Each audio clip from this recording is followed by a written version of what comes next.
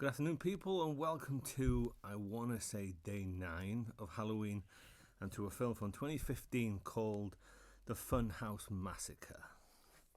And it starts off with this woman reporter going to an asylum to interview the warden, who was played by Robert Englund. It was a nice surprise to see him in it.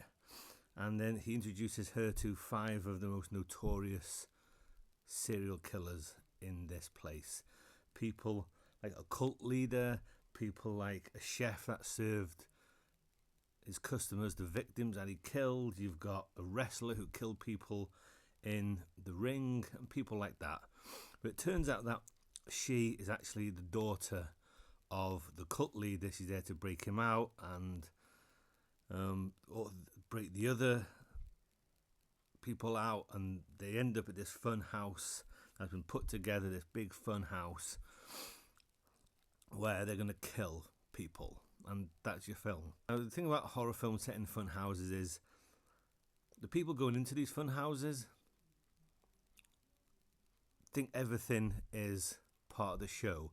So a serial killer can break someone's neck, can slash them, rip them apart, and everyone will look at it surprised and they'll cheer, "Way!" and clap, and until they realise that no, it's not fun, it's not the show, it's real.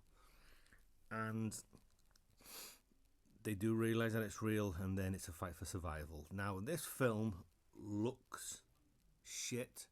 It's got terrible acting. It looks cheap. And no one in this world could call this a good film. But on the other hand, I didn't mind most of it. There is one guy that's a police officer. He's a dickhead. He got on my nerves a lot. Some of the humour didn't hit.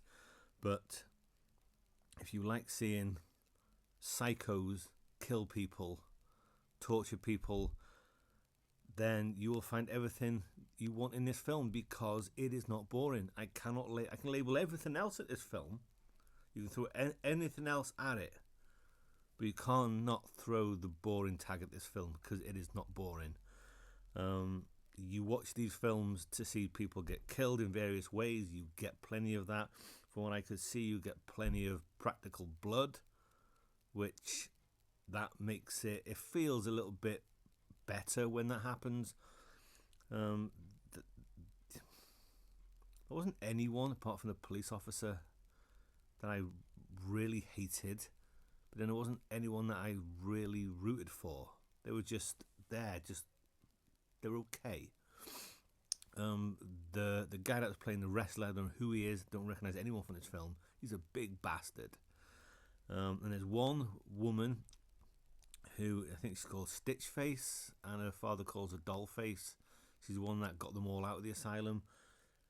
Reminded me of a mashup of Harley Quinn and Baby Firefly from Devil's Rejects. She was fun watching her kill people. As fun as it can be watching people get killed in horrific, brutal ways. Forks to the eyes, forks to the throats, heads being caved in. You know, that kind of stuff. The kind of stuff you expect in these things. Out of the films that I've seen for the first time in this month, this is probably my favourite. It wouldn't get anywhere higher than a 5, but as I said, it wasn't for a one-time only watch. It wasn't boring, and that's maybe the best thing I can say about it. So yeah, that's it. I'm back tomorrow with something that probably won't be quite as gory as this, because there's plenty of blood for the blood fans out there. Anyone seen it? Comments are welcome.